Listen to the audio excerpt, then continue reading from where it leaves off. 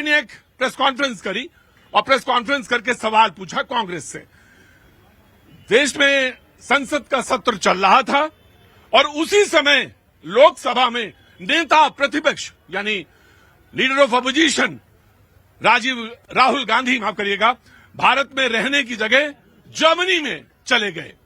आखिर जर्मनी क्यों गए? और ये सवाल उन्होंने पूछा बीजेपी ने कि जब जब देश में संसद चलती है, नेता प्रतिपक्ष जो हैं राहुल जी, वो विदेश चले जाते हैं। दूसरा सवाल जो आज प्रधानमंत्री जी ने रैली करी, उसमें कहा कि कांग्रेस पार्टी और इंडी गठबंधन के लोग खुलकर देश विरोध पर उतर आए हैं।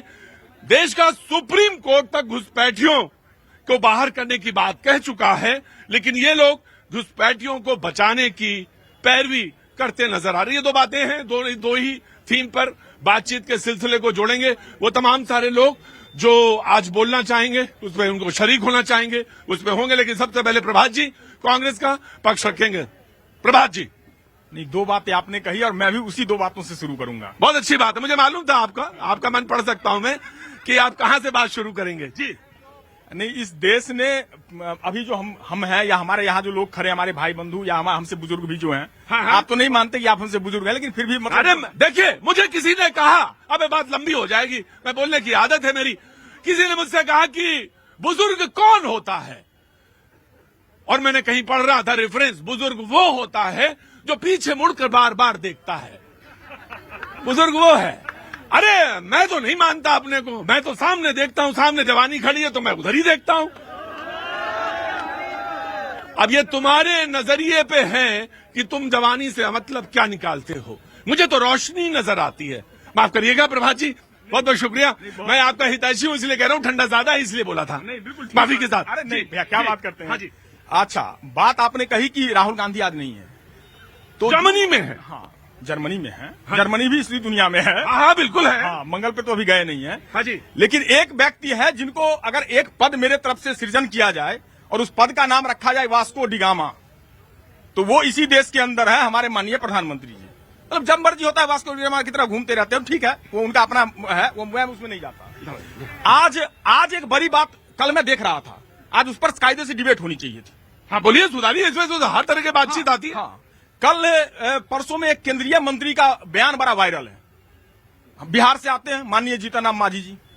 उन्होंने कहा अपने विधायक के बारे में कि पिछली बार इसने मुझे फोन कर दिया, 2700 वोट से पीछे चल रहा था, हमने डीएम का नाम लिया बजाते, code and code Jitan Ram Manjhi. मैं अपनी तरफ से कुछ नहीं जोड़ा। उन्होंने उसके बाद क्लैरिफिकेशन दिया। ठीक है, क्लैरिफिकेशन तो बहुत सारी आएगी ना, मोदी जी बोले होंगे भाई क्या बोल गए, तो क्लैरिफिकेशन देंगे, वो क्लैरिफिकेशन देंगे। उन्होंने कहा कि पिछली बार 2700 से हार रहे थे, मुझे फोन किया, मैंने डीएम को फोन किया, अभिषेक सिंह कुछ नाम लिया उन्होंने, और फिर वो 2700 से जीत गए।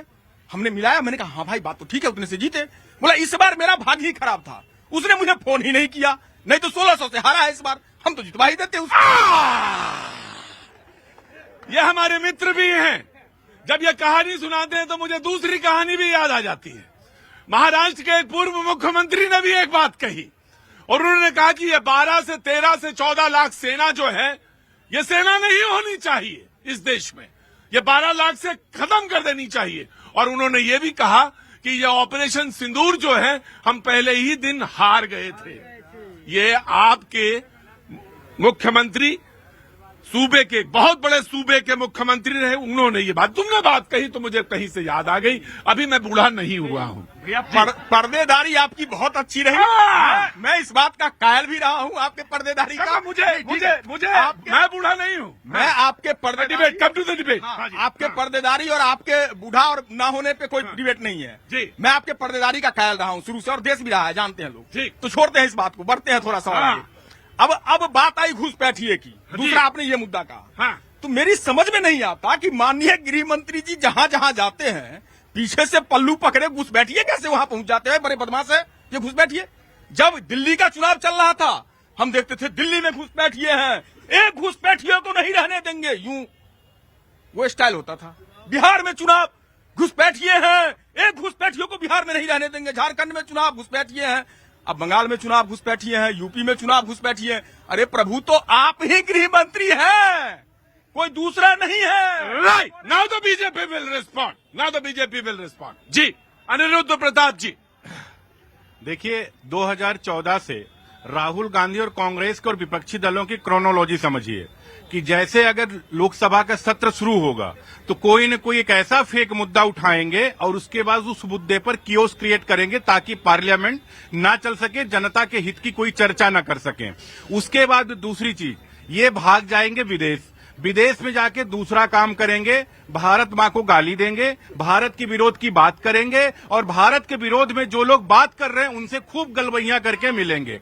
फिर उसके बाद जब जैसे लौट के आएंगे, आप देखिए जर्मनी में गए हैं साहब, कुछ न कुछ बोल के आएंगे भारत के बारे में उल्टा सीधा, और जैसे लौट के आएंगे फिर कोई ये तिकड़म शुरू कर देंगे यहाँ पे। इनकी ये 3 काम आप 2014 से उठा के देख लीजिए। हर 6 महीना पे एक मुद्दा आता है। यहीं पे डिबेट में मैंने बोला था, पेगासिस का मुद्दा लेके आए, सुप्रीम कोर्ट ने कहा मोबाइल फोन जमा कर दो, देखते हैं कुछ भैया वायरस मालवेयर होगा। नहीं कुछ नहीं, क्योंकि इनको कियोस क्रिएट करना था। इसी तरीके से हिंडनबर्ग का मुद्दा उठा ले गए, पता चलता वो कंपनी बंद हो जाएगी, क्योंकि इनका एक ही काम है, कोट एंड कोट कुछ भी कहा जाए। कुछ लोग कहते हैं भाई जॉर्ज सोरोस के साथ इनका अच्छा संबंध चलता है, कुछ टूल किट होता है। 3 ही चीज निकल के आएगा इनका। विदेश में जाएंगे फिर वहां कुछ बोलेंगे भारत के खिलाफ, यहां आएंगे तो कुछ न कुछ त्रियाचरित्र अपना। एक चीज, दूसरी चीज ये आता घुसपैठिया कितने हैं ये लोग, हाय तौबा रोज करते थे।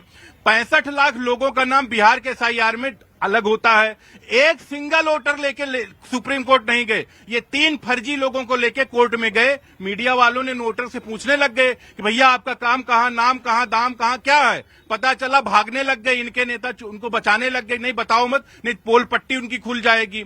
अभी हर जगह पे SIR का विरोध ये लोग करते हैं। SIR का विरोध जब ये करते हैं तो समझ में आता घुसपैठियों को रोकते हैं। भैया अगर SIR जरूरी तो है ना, तभी 52 में नेहरू जी ने किया, 57 में नेहरू जी ने किया, 61 में नेहरू जी ने किया। नहीं गिना देता हूं, ये बार बार कहते हैं। 65-66 में लाल बहादुर शास्त्री जी ने किया, 83-84 में इंदिरा जी ने किया, 88-89 में राजीव जी ने किया, 92-93-95 नरसिंह राव जी ने किया, 2002-2003 में अटल जी के टाइम पर 2 साल के, लेकिन आगे कंटिन्यू हुआ, 2004 में मनमोहन सिंह जी ने किया। मतलब आप घुसपैठे इसका मतलब रखने के लिए आज के टाइम। राइट, हाँ of course you have a chance. जी एक शब्द इन्होंने कहा, मुझे उस शब्द से वैसे तो आपत्ति है, त्रियाचरित्र। अब मैं भी हंस दिया उस पर, ठीक है। लेकिन एक त्रियाचरित्र हम बिहार में देख रहे हैं, बिहार के मुख्यमंत्री जी का।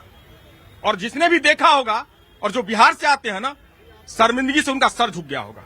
अशोक किसी गहलोत रुक जाइए तो तब क्यों नहीं आपने विरोध किया? अशोक गहलोत क्या घूंघट उठा रहे थे किसी का? तो क्या उनके अंदर मन में मैल था? भाई प्रदेश के मुख्यमंत्री रहेंगे, इनके मन में जो मैल का मौका दीजिए। हाँ, अब दूसरा इन्होंने कहा कि आएंगे और करेंगे, ये पेगासस। और ये 2-4 दिन पहले की घटना है, शायद आपने डिबेट करी हुई। मेरी तो तबीयत अस्वस्थ थी, मैं कम बैठ रहा था डिबेट पे।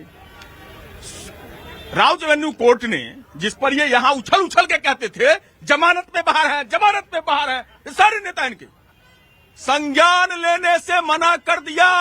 पहली बात, अरे सुन तो लीजिए, क्लिफिकेशन की बात भी आते हैं। तेज कितने हैं भाजपा और इनकी ईडी। आप रुकिए, जवाब सुन लीजिए, जवाब दीजिएगा अनिरुद्ध भाई, पूरा मौका मिलेगा, आपकी सत्ता है भाई, आपको कौन रोक लेगा। सबसे बड़ी बात क्या है ना कि ईडी और भाजपा का संबंध देखिए। जब इनको पता था बिना FIR का तो बात बढ़ेगी नहीं, मना हो जाएगा।